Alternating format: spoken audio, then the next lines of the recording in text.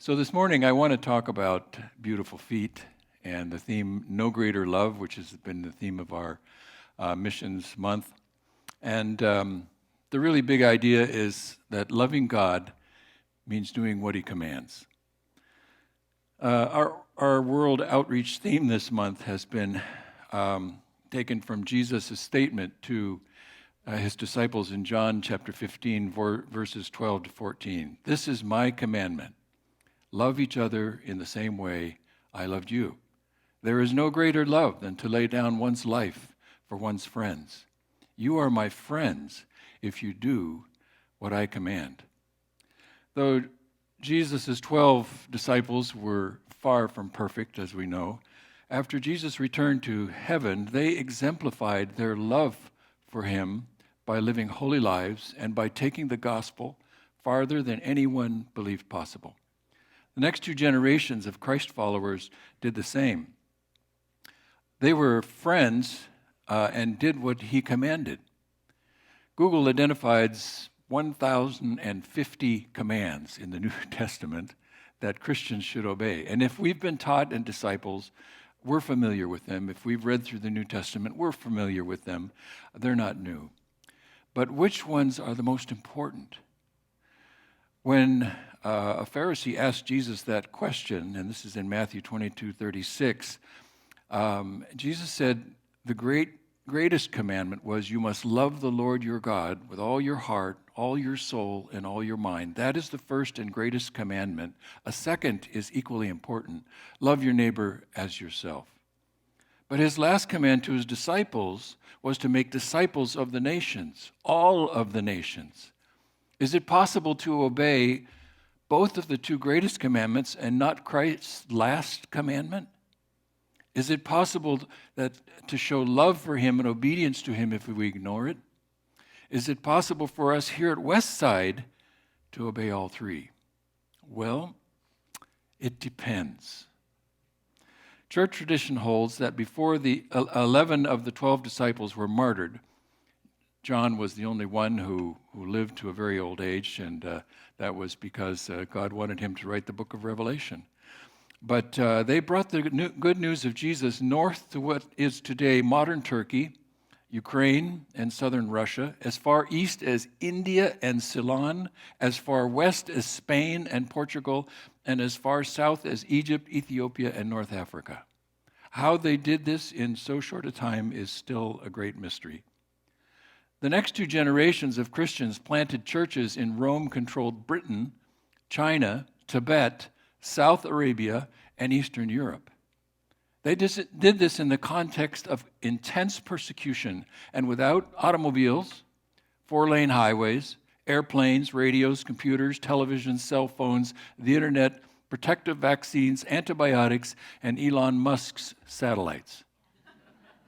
They walked thousands of miles, rode on horses, donkeys, camels, and fragile ships smaller than today's super yachts. But a few generations later, Satan viciously counterattacked. He planted false prophets in the churches who preached heresies. He enabled the rapid and violent growth of Islam and its bloody conquests of the Middle East and Egypt, Central Asia, North Africa, Spain, and parts of Eastern Europe. On this side, the spread of Islam is indicated in brown. That was where all the places that were taken over by armies, Islamic armies. And as you can see, Muhammad took over many of the areas that the early church had evangelized. Christians either fled those areas, died for their faith, or were enslaved. During this time, deadly plagues came that wiped out entire towns and decimated cities all across Europe and Central Asia. The plagues killed both unbelievers and Christians, but more Christians survived the plagues because of their love for each other. They cared for each other. They didn't abandon sick people on the streets and throw them out of their houses. As a matter of fact, the triumph in Rodney Stark's book, The Triumph of Christianity, which I would strongly recommend to you to read, Christians proved their love again and again during those plagues by ministering to their dying neighbors and strangers, bringing them into their homes to care for them, feeding them, bringing them water, washing them. It was during these centuries that Christians first established hospitals. In those times, it was impossible for Christians to love the Lord with all their heart, soul, and mind and not take the gospel to neighboring nations. This was their response to the Apostle Paul's question in Romans 10:14. How can they hear about Jesus unless someone tells them? And how will anyone go and tell them without being sent? Can we, followers of Christ at Westside Church in Redding, in 2024, do what the early Christians did? Are our resources more meager? Is our membership too modest? Is the awareness of our obligation to reach the world with the gospel too vague? Here is the key question. If asked, could we bring the gospel to even one of the last 7,272 unreached people groups that have been identified and that remain? It depends. In Romans 10:15, the Apostle Paul asks, and how will anyone go and tell them without being sent? That is why the scriptures say, how beautiful are the feet of messengers who bring good news. He was quoting from Isaiah 52:7, where God said to Isaiah, how beautiful on the mountains are the feet of the messenger who brings good news.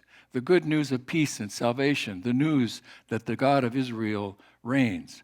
For thousands of years, God has considered beautiful the feet of his people who take his word to people in darkness. Let me share with you 3 examples of ordinary Christians, really ordinary Christians, who obeyed Jesus, walked on beautiful feet, and changed the world.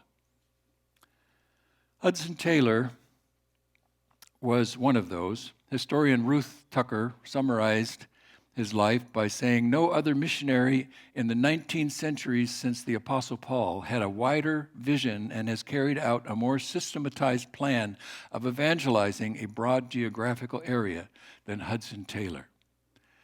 The only extra education that he had other than high school was medicine, which I'm very proud of, and also the Bible.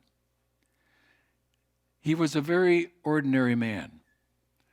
Not particularly handsome, kind of short, a little bit stocky, but his faith and his courage and obedience will forever be known by the Chinese as the man with the beautiful feet. He was born in England in 1832 to godly parents and gave his life to Christ at the age of 17. A few months later, he sensed God calling him to take the gospel to China. He had heard about China from a few, less than 10 missionaries that had already gone and were sending back reports of this huge country with hundreds of millions of people, and that was totally in the dark about what Jesus had done. In 1853, at the age of 21, he sailed from England to China. The voyage took 5 months. Once he arrived, he began studying the Chinese language and culture. It took him 4 years to learn to speak, read, and write Chinese. But as he tried to befriend the people, he soon learned that his Western clothes and hairstyle were offensive to them. Despite strong disapproval from other senior missionaries, the few ones that were there, Hudson and his other colleagues shaved their heads, grew pigtails, and dressed like the Chinese. For that, they were mocked by their colleagues, but the Chinese loved it. And some of those they were able to befriend and lead to faith. They were able to lead to faith and to disciple. But after a decade of witness and a church of maybe 50 souls, Hudson thought that he just couldn't get over the thought and the sorrow that there were 400 million Chinese going to an eternal Christless destiny. He spent hours on his knees praying and pleading with God, and finally God challenged him to form a new agency of Christian workers that would not rely on money. They would live on faith, where they would not settle comfortably in coastal cities, but in the vast, unreached populations of inland China. They would become fluent in the language and follow Chinese customs, including dress and hairstyles. They would eat what the Chinese ate. They would live in houses as the Chinese did. and as much as possible live like the common people. God honored Hudson's faith and his obedience, and within a decade, hundreds of young English believers, many of them from the universities, joined him. His workers didn't need to be highly educated, but they did have to be men and women of great faith, trained to share their faith and be willing to live as simply as the Chinese lived. And of course, they had to learn the customs and they had to learn the language.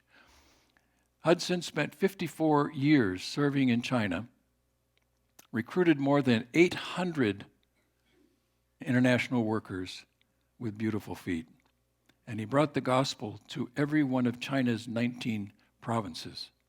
At his death in 1905, at the age of 73, the church he had founded had grown to 20,000 Chinese converts and was led by hundreds of Chinese leaders. Today, there are an estimated 54 million Christians in China, representing 4% of the population. What can we learn from Hudson Taylor that could enable someone from our church, Westside Church of Redding, to succeed in taking the gospel to an unreached people group today? First of all, Hudson Taylor lived by faith and loved God with all of his heart. Secondly, he left his home and family and moved to China, where he learned the language and culture. Third, regardless of the dangers and distances, he faithfully proclaimed the good news to the people God sent him to save.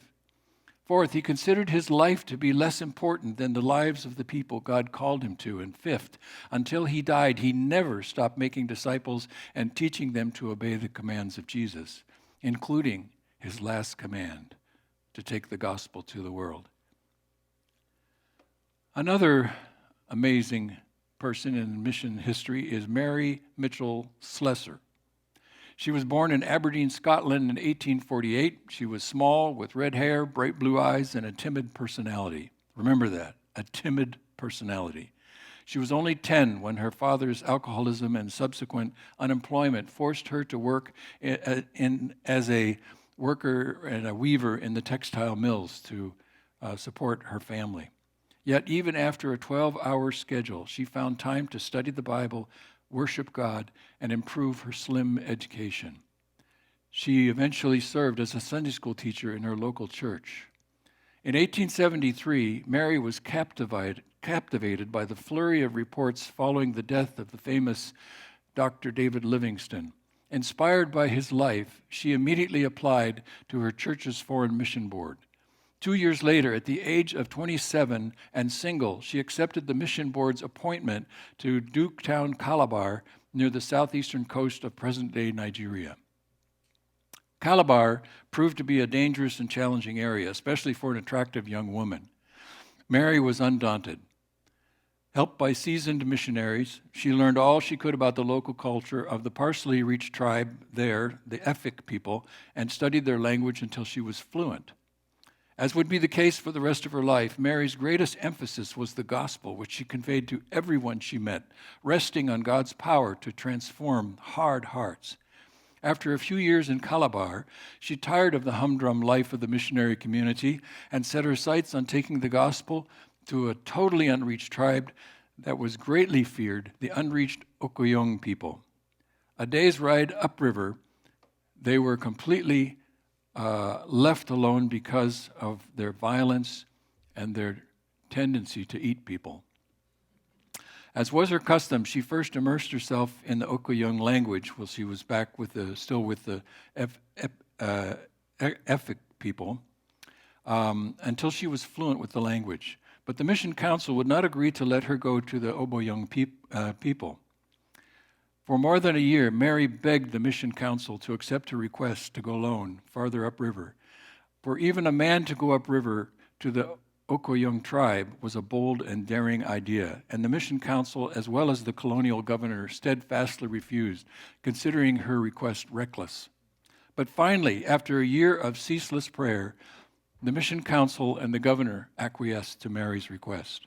Older workers and soldiers who had visited the Okoyong territory described them as a wretched and wicked Sodom, where all the superstitions and barbarous customs of paganism, including cannibalism, are practiced. Belief in demons was universal. Witchcraft was practiced everywhere, and human sacrifices were offered frequently on the river's edge for success in fishing. Whenever twin children were born, they were taken from their mothers and immediately buried alive or left in the woods to be devoured by wild animals.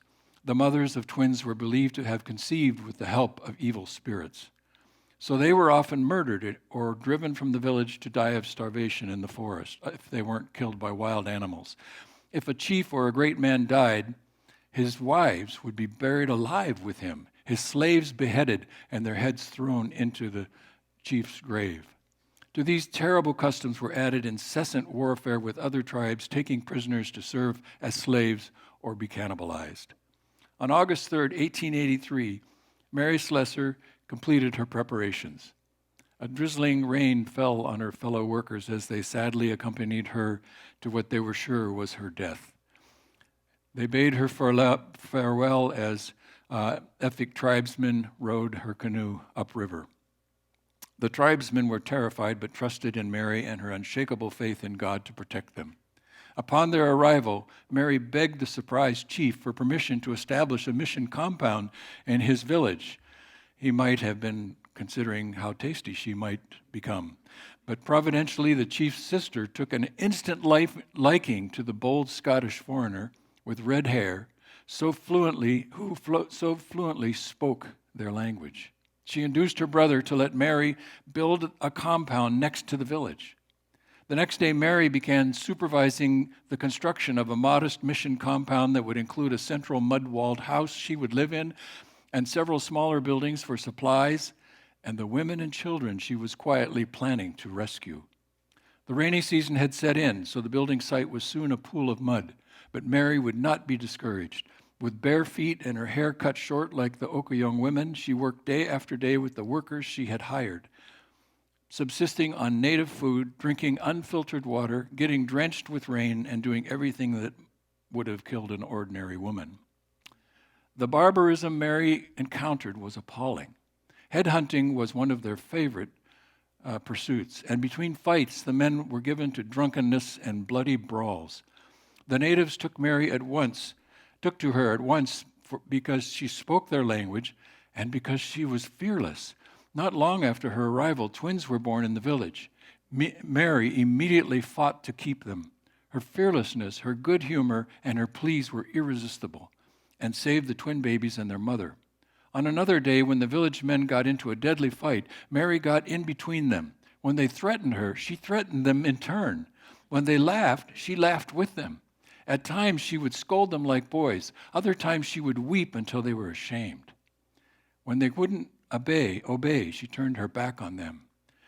But always she kept her fearless, commanding attitude, knowing that the Lord Jesus was with her, winning both their awe and their respect. Mary's love for God and for the people made her amazingly bold. As months stretched into years among the Okoyong, Mary succeeded in saving countless mothers and twins. She daily searched the woods to find them, brought them into her compound, fed them and loved them. Though this violated every tribal custom, no one dared interfere with her. The mothers and children she saved, she led to faith in Christ and discipled. It did not take long for her compound to be filled, but Mary's stubborn personality, her love for the people, and her unshakable faith in God's power and protection eventually subdued the Okoyong people to her will. Once she rescued a baby girl who had been alone and exposed in the bush for almost 5 days. She was dehydrated, starving, covered with insect bites and sores, and barely alive. With infinite patience, Mary nursed the little girl back to health. Many years later, and after finishing school, the girl married an educated Nigerian in the service of the government. She never forgot Mary's kindness and remained a true Christian. Another time, the tribal chief's son was killed when a tree fell on him. The village witch doctor urged the chief to attack another tribe's village and bring the prisoners to be slaughtered as a sacrifice to the spirits. With incredible boldness, Mary stepped between the armies, and with her persistent pleas and commands, saved all of the victims and freed them. In the end, she convinced the chief to sacrifice a cow instead of the village that they had captured. It was the first Okoyong royal grave not saturated in human blood. In 1891, the British government appointed Mary vice consul for the Okoyong region and gave her complete freedom to preach the gospel. Though she did not like the routine work connected with the position, she accepted it because it gave her increased authority and prestige to stop murders, slavery, and tribal wars. In 1894, she wrote in her report, "No tribe was formerly so feared because of their utter disregard of human life than the Okoyong. Human life is now safe among the Okoyong. Previously, no chief ever died without the sacrifice of many human lives, but this custom has now ceased. Some chiefs, in commenting on the wonderful change, have said, 'Ma, your God is mighty. No other power could have done this.'" Even though she became the vice consul for the Okoyong, Mary Slessor never forgot the one great task that had brought her to Africa. She always talked about the good news of Jesus. In 1915, at the age of 67, Mary Slessor died of malaria, surrounded by the grateful people she had loved to faith in Jesus. How did Mary do it? The same way Hudson Taylor did it. 1, she lived by faith and loved God. 2, she left her home and family in Scotland, moved to southeast Nigeria, and learned the people's languages and culture. 3, regardless of the dangers, she faithfully proclaimed the good news of Jesus to the people God sent her to. 4, she considered her life less important than the lives of the people she loved. And 5th, she never stopped making disciples and teaching them to obey the commands of Jesus, including his last command. One last story. Carl was born in Pennsylvania, the son of Swedish immigrants. He came to faith in Christ at the age of 16. When he was 4, his father was working in the coal mines, a job he hated. He began drinking, and one night, after staying too long in the bar, he ran over a little girl on his way home. A few days later, he hanged himself. It was the Great Depression, and Carl's mother remarried quickly to keep food on the table for her husband and 2 sons. Carl's new father hated the church and called pastors leeches who didn't work for a living. His new father was an alcoholic and a harsh disciplinarian. More than once, Carl's stepfather beat him until his back was bloody. After several beatings like that, Carl's mother began defending him, her 2 children, with her fists in a frying pan. The fights in Carl's home became unbearable. One day, Carl's mother went into town and heard singing coming from the open doors of a church. She went in and listened as the pastor preached the gospel. That day, her battered soul found Jesus.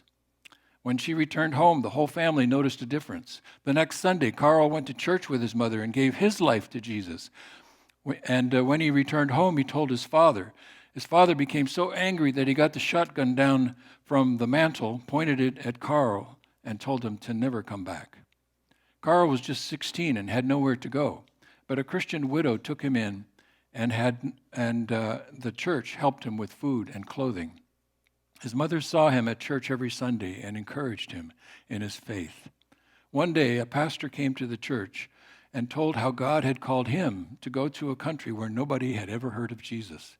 As Carl listened to the story of how people came to faith in Christ and how their lives were transformed, a light came on in his heart, and he suddenly heard God calling him to become that kind of a pastor.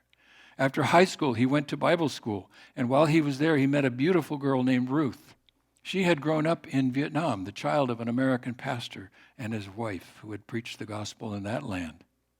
Carl and Ruth married, and in 1949, the church sent them to eastern Cambodia to preach the gospel to devout Buddhists who had never heard of God. After 10 years, Carl and Ruth had established a small church of about 50 Cambodian Christians near the city of Krache.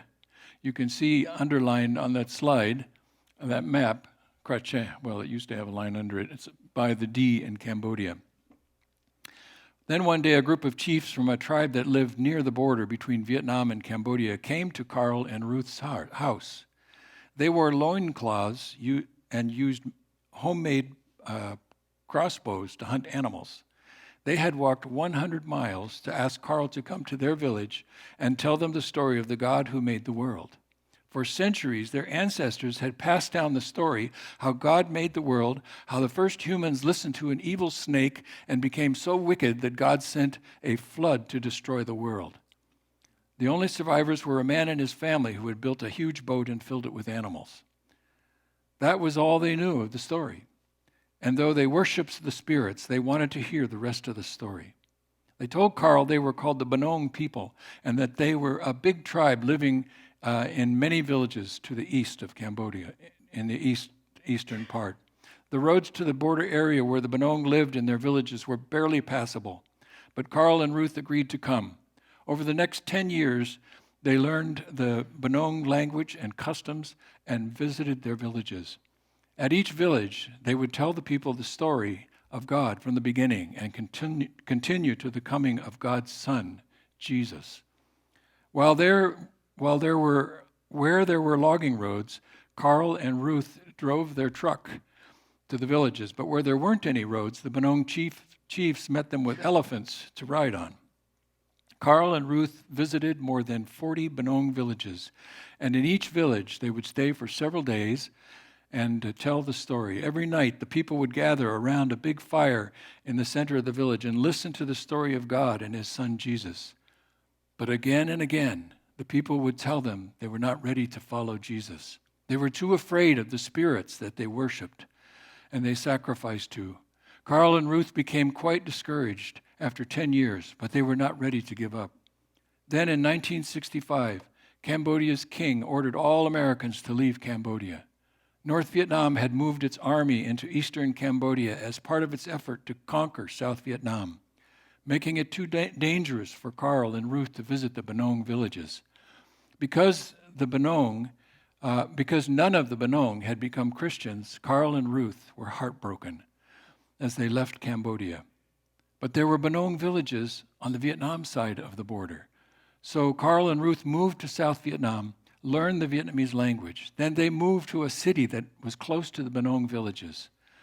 They were happy to find a handful of Benong believers there and began to disciple them. But a few months later, in January 1968, the North Vietnamese army attacked the cities all over Vietnam, including the city where Carl and Ruth were living with other workers. It was January 29th, 1968, the Chinese New Year. During the night, North Vietnamese soldiers blew up the house next to Carl and Ruth's house, killing 2 of their colleagues. Carl, Ruth, and 4 other workers took refuge in a deep ditch behind their houses as the fighting went on. The next day, all of the workers' houses were destroyed, and the North Vietnamese army overran half the city. Finally, Carl, Ruth, and the other workers tried to surrender under a white flag, but as soon as the soldiers saw them, they killed them with machine gun fire and a hand grenade. American and South Vietnamese soldiers eventually drove the communist soldiers out of that city. They found the bodies of Carl, Ruth, and an American nurse who died with them, and they buried them together where they fell. It was a very sad day. It looked like the Benong people would be forgotten. But the war was far from over and would continue for another 7 years. In 1975, 7 years later, the North Vietnamese army tried again to conquer South Vietnam. And as you know, this time they succeeded. But first they drove their tanks and marched their army into eastern Cambodia, burning all of the villages of the tribal peoples there, including the Benong people, and all of their rice fields, so they had to leave. They drove them across the border into South Vietnam. The people could flee with only what they could carry on their backs. There were no roads, they had no vehicles. And so they quickly ran out of food. Many of them got sick. The South Vietnamese government put those who survived that exodus in abandoned American bases, but they had no warm clothes, no food, and no medicines for those who were sick. But then an amazing thing happened. Vietnamese and American Christians who were still in Vietnam, despite the war, brought the tribal refugees food, water, medicines, and the gospel. When the Benong heard the gospel, their leaders stood up and said, "Hey, we've heard this story before. From our American friend, Carl and his wife, they came to our village and they told us this story. Where are they? Why aren't they here too?" Well, those who were there said when Carl and Ruth left Cambodia, they came here. And they began telling your friends, other Benong villages on this side of the border, about Jesus. And some of them came to faith in Jesus. But less than 2 years later, the North Vietnamese army attacked the city and killed them as they tried to surrender. They're buried now, not far from here, up over that mountain. You can see their graves. When the Benong heard that Carl and Ruth had been killed, trying to bring the gospel to their people, they cried and they wept. Something broke in their hearts. And in the months that followed, they began to turn to Jesus. First 100, then 500, then 1,000. A year later, the North Vietnamese Communist Army took over the country, but by then 6,000 Benong had become Christians and believed in Jesus. They had been baptized and they were following him. As soon as they could, the Benong went back across the border, back to their lands and their villages in Cambodia. They took the gospel with them and they shared it with all of their friends. That was 48 years ago. Recently, I learned that today, there are more than 107,000 Benong Christians in Cambodia and Vietnam. Carl and Ruth were my mother and father. And that's how God won the hearts of the Benong people. This was my family several years before my parents were killed. Like Hudson Taylor and Mary Slessor, Carl and Ruth Thompson lived by faith and loved God. They left their home and family in America, lived in Cambodia and Vietnam, and learned the languages and cultures of the Cambodians and the Benong people. Regardless of the dangers to their own lives, they faithfully proclaimed the good news to the people God sent them to. They considered their lives less important than the lives of the people God sent them to save. They never stopped making disciples and teaching them to obey the commands of Jesus, including his last command. Perhaps by now you have noticed that in all three of these stories, God's servants followed the example of Jesus. He left his home in heaven. He came to earth in a human body as a baby. He learned the people's languages and cultures. He gave up his life for those he came to save. He never stopped teaching his disciples to believe in him and obey all his commands. How can we follow their examples? It depends. What if Westside Church of Redding set a goal to send just one of its members, at the most two, to take the gospel to just one of the 7,272 unreached people groups in the world? That would leave 7,271 for other churches to reach. But it's not enough to say, well, that's great, I like this idea. Let me give you 4 necessary faith-filled steps to take on such a challenge. 1, someone has to go. Not in the sense of leaving we're going to kick them out. Someone has to go to an unreached people group. Just as Jesus came to earth to save the world, someone has to go to where people don't know Christ and are waiting to hear. We can call ourselves a supporting church today because we support international workers, and that's a wonderful thing, and I hope we continue to do that generously. But when someone from our own church body gets up and goes to reach an unreached people group, we're supporting our own version of Hudson Taylor, of Mary Slessor, of Carl and Ruth. Because they went today, there are hundreds of millions of Christians in far-off places all over the earth. Just 3 people. If God were to call you and you're looking at yourself like I did and saying, no way. Don't forget the Apostle Paul was a middle-aged enemy of the church when Jesus called him. Peter, James, and John started as fishermen. And sounds like it, they weren't so great at it either.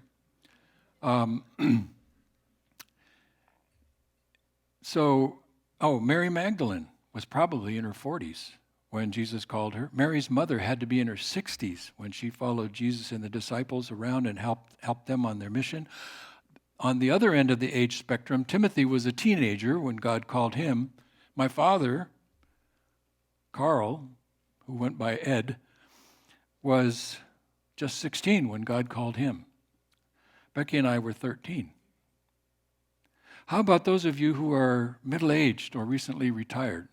You may be considering a nice cruise somewhere, and there's nothing wrong with going on a nice cruise.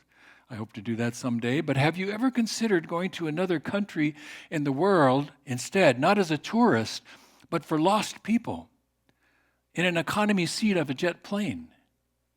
For 2 weeks or a month, you could do much to help an international worker accomplish an important project that you are skilled at. Or you could encourage an international worker in other ways, like taking over some of their responsibilities for a week or two so they can take a vacation. If God enabled you financially, would you consider going multiple times to one place where God is at work and the needs are great? To help, to encourage, to bless, more than once. Your grown children will marvel, and so will your grandchildren. Not only that, but your example could be the seed of something wonderful in your children's and your grandchildren's lives, including their lives in eternity. 2 decades ago, a gastroenterologist in his early 60s from a church we spoke at in Ohio came up to me afterwards and said, "What could I do to help?" And I said, "Well, we have a hospital in the jungles of Gabon. I'm training surgery residents, and I have no way of training them to do endoscopy when people come in vomiting blood or other gory things like that. And so if you could come and teach them, bring some used equipment and teach my residents how to do endoscopy, it would be a huge blessing to the patients that come and that we witness to, and they'll take that skill with them to all these other countries in Africa." And so he was a bit taken aback, but once he talked it over with his wife and his partners and prayed about it, he got on a plane and he came. For 2 weeks, he worked with all 5 of my surgery residents, shared his testimony with them, heard theirs. He also taught one of our nurses how to clean the equipment and be an assistant. It was a great start for my residents because except in the textbooks, they'd never even seen an endoscope. So he was so blessed that the next year he came back again, this time with his wife, and brought more endoscopy equipment, staying just 2 weeks at a time, but returning every year. He kept coming back. He greatly improved the residents' in endoscopy skills. His wife spent time with the residents' wives and taught them how to use a simple sewing machine. Since then, this couple has come short-term to Bonglo Hospital every year for 15 years. They have had a huge impact. Their example amazed our African staff and impacted the faith of at least 20 of our residents and their families. Our residents are now serving in 12 different countries in Africa with the skills that he taught them. So think twice before you say, "Well, I'm middle-aged, I couldn't do anything." What skills, they didn't even have to learn language to do that. What skills might some of you have here today, not necessarily medical, that could hold up the arms of weary workers overseas? If your faith measures up to the challenge, and that's really the question, scrap the cruise. Let God use you in kingdom ways. So, in review, number 1, someone has to go. Secondly, let me just say more someones have to send. What does sending mean? It's not the same thing as financial support. Sending is helping people who agree or hear God's call to be international workers, helping them to meet all the requirements of the sending organization, helping them to purchase ministry tools and what they don't already have, helping to pack and ship their belongings, helping them to manage their property that they leave behind, helping them to arrange to help older children who are college age or needing a home away from home, helping them to communicate regularly with supporters with news updates, prayer requests, ongoing needs, doing everything possible to help future international workers focus on reaching the people God is calling them to without money, without financial giving to them. Most of us who are older have grandchildren. So that's one way. But here's another. Most of us who are older have grandchildren. Have you ever read your grandchild a missionary story? Here's one. I wrote it on purpose to be something that children would understand and enjoy. Have you ever taken them to see a missionary film? More than once? Have you suggested to your grandchildren that God could use them in mighty and marvelous ways to move unreached people groups from eternity in hell to eternity in heaven? You who are parents of children in our church have even greater influence. Are you willing to suggest to your children that they consider to follow God's call to take the gospel to unreached people? I hear parents talking about their kids going to law school, business, engineering, all kinds of 100 other professions, but I almost never hear Christian parents talking about encouraging their children, whatever profession they go into, to find a way to take the gospel to the world, to be beautiful feet to people who have never heard. In addition, are you willing to pray that God would call your children, your grandchildren, to serve long-term as international workers? Praying changes people's minds, including children. If they show interest, are you willing to encourage them? Oh, and send my baby grandkids that they have away too? It's hard. But someone has to go, and more someones have to send. 3, many someones have to give. Some of you may not know that 10% of the offerings that we give in our church goes to missions and supports international workers. So every time you put an offering in the box at the back, you are giving 1/10 of it to missions. So please, give generously, give often. If we give generously enough, then even members who don't have the resources to travel, members from our church, to an international workers' field of labor could benefit from our giving. They could go on a short-term mission trip, spend a month there or 2 weeks or whatever, doing something that would really advance the work of that international worker. So if one of our member of our church hears God's call and is willing to go, the home church must be especially generous, even if they find much of their support in other churches. So someone has to go, more someones have to send, many someones have to give, and the final one, many someones must pray. Not just as we fall asleep at night or when we're gathered here, but every day for what we and the ones we send want to happen in their ministries. In my experience, 5% of my efforts as an international worker produce the desired results. If we want them to succeed, the other 95% must come from God. And that's where it comes from. It comes from God. How do we convince God to act on their behalf? By praying. That's God's way. That's God's plan. We can send tons of money, but if we're not praying, they're not going to succeed. It's as simple as that. E.M. Bounds, the great theologian of prayer, wrote, "When God declares, the eyes of the Lord run to and fro throughout the whole earth to show himself strong on behalf of them whose heart is perfect toward him, he declares the necessity of men and women to depend on God as the channel through which he will exert his power upon the world." God's power upon the world is exerted when you and I pray for the workers we send out and we support. The prayers of God's saints are the capital stock in heaven by which Christ carries on his great work upon the earth. By prayers, the earth is changed, revolutionized. Angels move on more powerfully or on more rapid wings, and God's policy is shaped as our prayers are more numerous and more efficient. It is true that the mightiest successes that come to God's cause are created and carried on by prayer. When was the last time that you prayed for 5 minutes every morning for a missionary? To the degree that we pray, the international workers we support and send will have success in their work.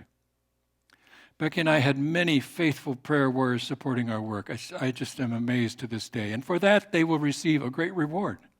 Several years after we arrived in Gabon, one of the prayer requests that I posted to our praying friends is that we needed $1 million for God to build a bridge across the 75-foot wide river that separated our hospital from the town of Lebamba. Only $1 million. People laughed, but we prayed, and our supporters prayed for a long time, I will admit, 17 years. During those 17 years, every car, truck, or ambulance had to cross the river on a hand-pulled ferry that our team was responsible to maintain. I even learned how to weld, terribly, but I did.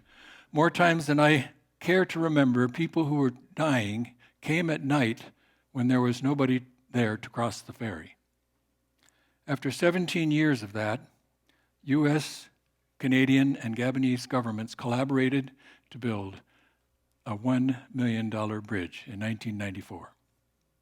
Nothing is impossible for those who pray, especially those who pray continually and in faith.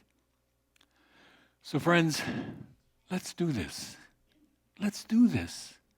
Let's challenge someone in our midst, in our body, to go to one of the 7,000 plus unreached people groups that are waiting in darkness. Jesus isn't going to come until the church does all this. And then let's send, let's give, and let's pray. And together, in partnership with God, let's bring one unreached people group, for starters, into the kingdom. And God will call our feet and all who engage in this great enterprise beautiful. Let's pray.